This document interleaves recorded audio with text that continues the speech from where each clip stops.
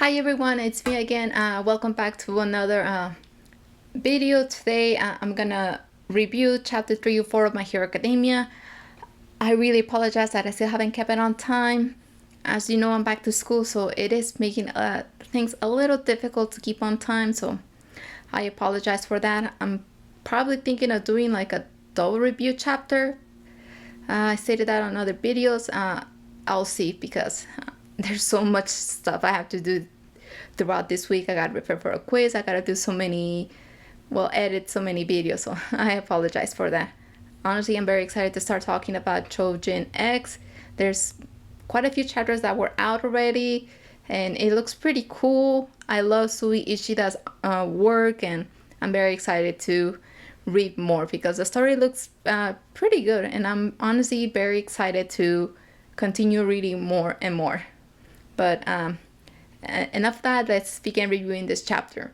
As you know, last week Ururaka is giving this speech to defend Deku, and this is one of the first steps, as Nestu stated, into people to kind of trust the heroes once again. As you know, things are not going well. The civilians got even more angered to learn that their plan to capture All for One and Shigaraki wasn't great, and it didn't bring any results, and they're just very tense and afraid that by having Deku at UA, he could lure Shigaraki and All for One and destroy everything. But they also need to realize that Deku is like literally the best chance to get society back to normal. And on this chapter, we see Ururaka going back into her memories where, like, I guess the first time she saw like a hero defending people and saving them. Ururaka's attention wasn't at the hero doing the action. Her attention was more towards the people, the crowd, their smiles. That's what like captivate Ururaka's attention, and because seeing all of this is one of the main reasons why Ururaka became a hero. Then we go back to the civilians who are noticing Deku's injuries, how he's covered in blood and mud and everything. We also see that woman that Deku rescued in the beginning of so many chapters. Oh God, I can't remember that chapter, but that tall lady, and you know who I mean. That lady remembers Deku saving her, and of course she's very grateful, and she's incredibly shocked to learn that despite of rescuing her, Deku immediately went to rescue more people and go fight. Then we see another civilian kind of complaining about this. Goodness, I hate this guy. If I were to see him in real life, I would have punched him already. He complains so what? Do you expect us to end up like him as well? I'm like, could you be any more selfish? And this is where Ururaka literally tells him off. Like, we're not asking you to like literally end up like Deku is. This burden the heroes will take it. She says, dude, we'll even pay back with the blood and sweat, but just give us more time.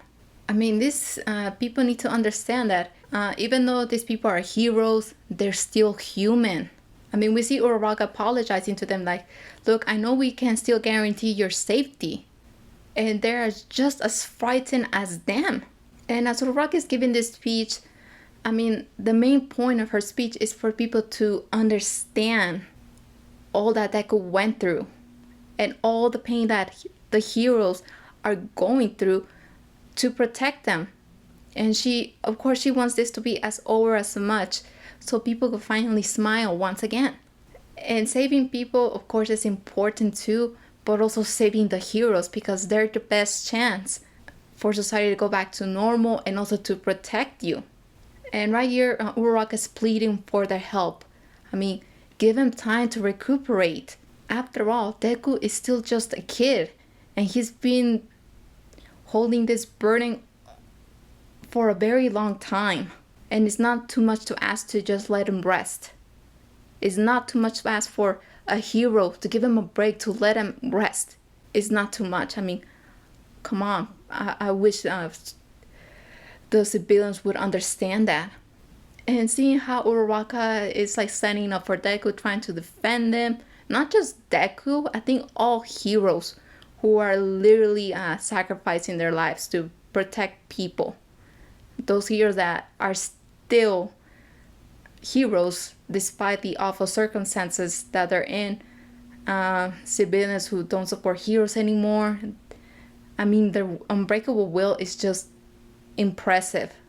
You know, when things got very dark here in My Hero Academia, the war and everything, many heroes just quit immediately. A few quit them because they're not getting attention, which is pretty disgusting that they were just doing this for attention. But others are quitting because the negativity from people and all of this is just too much for some heroes just to take. I guess they must feel that they're not doing any meaningful work anymore. And I guess in their minds they're like thinking, what's the point of doing this? And then we see some very cute scenes. Like the first time Ururaka met Deku, remember that Deku almost tripped. And then Ururaka prevented him from falling and saying that it's bad omen to trip and fall. And it's pretty cool seeing here that Ururaka giving this speech. It's almost like the beginning of My Hero Academia to prevent Deku from falling. I guess getting back to his feet once again. And then we see like the message here that, you know, in the beginning of My Hero Academia, stating this is the story of how I became the greatest hero.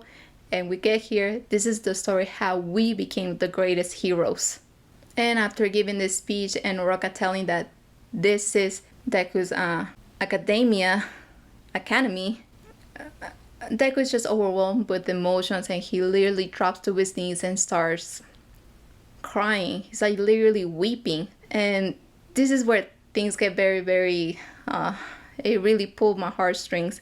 We see Koda rushing to his side and also the big lady trying to comfort him. Goodness, I can't even say that word right.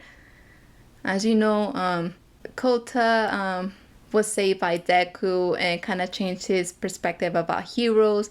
I mean, he started becoming like a Deku fan. He even bought red shoes like Deku's. We even see that little cute scene of him shopping for those red shoes, which are identical to Deku. So it's very, very cute. And as Deku's crying, we see Koda and that lady approach him, and goodness, it was just so in a very emotional chapter. Honestly, I'm very excited to see the next one. Some spoilers are already out there, and it looks like goodness, things look pretty interesting. But I want to see the following chapter after that, because I want to see, okay, what's gonna happen now that Deku's a UA.